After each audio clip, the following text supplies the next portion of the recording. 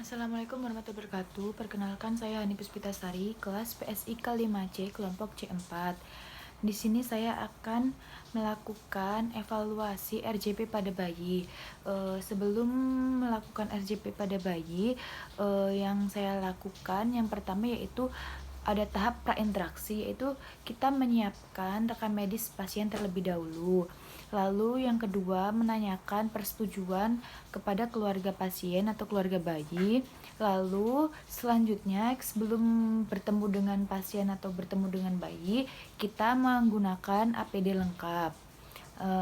Selanjutnya, kita menyiapkan alat dan bahan yang digunakan untuk melakukan RPJ pada bayi.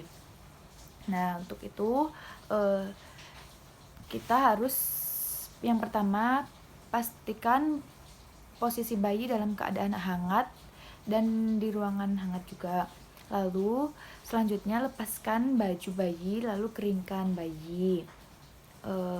Keringkan sembari bayi tadi kan bayinya mungkin kena air ketuban ibunya atau kena air yang lainnya juga. Lalu jika sudah kering, kita bisa berikan pertanyaan kepada ibu bayi. Pertanyaan untuk bayinya yang pertama itu pertanyaan apakah bayi itu lahir cukup bulan. Lalu yang kedua, apakah pada bayi lahir itu bayinya menangis atau nafas spontan. Lalu yang ketiga, apakah tonus otot bayi itu baik atau tidak. Nah, jika dari ketiga pertanyaan jawabannya iya, bayi itu termasuk dalam kategori bayi sehat. Itu hanya perlu dilakukan perawatan rutin. Nah, untuk perawatan rutin itu yang pertama, bayi diberikan kehangatan di bawah infant warmer yang sudah menyala. Lalu posisikan bayi semi ekstensi. Lalu selanjutnya keringkan bayi sambil berikan rangsangan taktil. Lalu yang ketiga itu bersihkan saluran nafas bayi jika diperlukan, lalu posisikan bayi kembali seperti semula. Nah, jika apabila salah satu jawabannya yang diberikan tadi tiga pertanyaan itu jawabannya tidak, maka perlu perawatan resusitasi neonatus. Nah, untuk perawatan resusitasi neonatus itu yang pertama itu sama, yaitu kita harus pastikan bayi itu dalam keadaan hangat, berikan kehangatan, lalu posisikan bayi semi ekstensi. Nah, yang kedua itu kita bisa bersihkan jalan nafas pada bayi dengan alat penghisap. Bersihkan jalan nafas pada bayi dengan alat penghisap. Pertama itu bisa dibersihkan mulut terlebih dahulu, mulut bayi, lalu tekan terus dibuang. Terus setelah itu jika masih belum bersih, bersihkan jalan nafas pada hidung. Yang pertama itu di sebelah kanan, hidung bagian kanan, hisap terus buang. Lalu yang selanjutnya bagian kiri, hisap buang. Nah, selanjutnya berikan rangsangan taktil pada bayi dengan cara menyentil telapak kaki pada bayi. Nah, baik.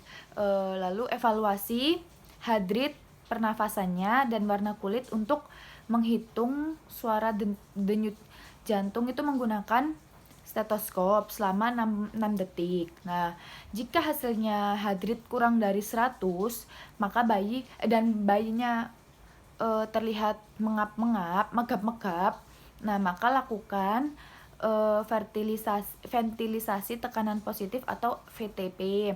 Nah, menggunakan back dan fat mask. Lalu diberikan ukuran harus tepat, harus diberikan sungkup itu harus tepat, harus menutup tepat pada mulut dan hidung bayi. Lalu pompa dengan kencang selama 40 sampai 60 kali per menit dengan irama pompa lepas-lepas. Nah, lalu evaluasi dengan mendengar suara jantung pada bayi. Jika nafasnya sudah spontan atau teratur, saturasi bagus, maka VTP kita berhasil. Lalu jika nafasnya masih megap-megap atau saturasinya tidak bagus, maka perlu bantuan oksigen bertekanan. Jika belum, lalu lakukan evaluasi lagi, lalu ulang lagi VTP kita dengan juga dihisap lendir yang ada pada bayi dengan menggunakan section.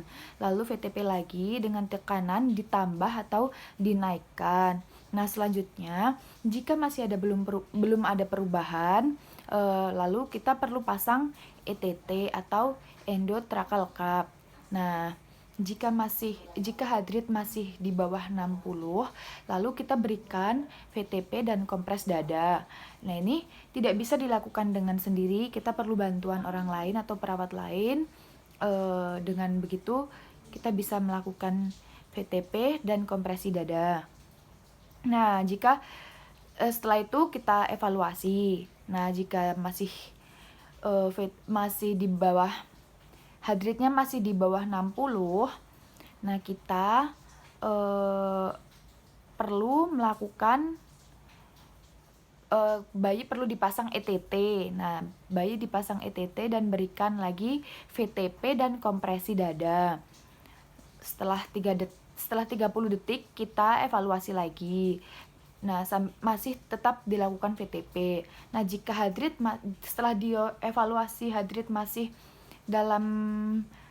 di bawah 60, itu perlu diberikan obat epinephrine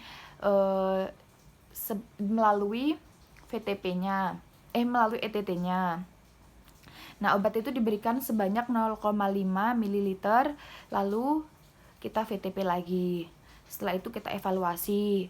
Nah, jika sudah heart rate-nya setelah dievaluasi heart rate-nya di atas 100, lalu kita hentikan RJP dan masih diteruskan VTP-nya. Nah, lalu jika bayi sudah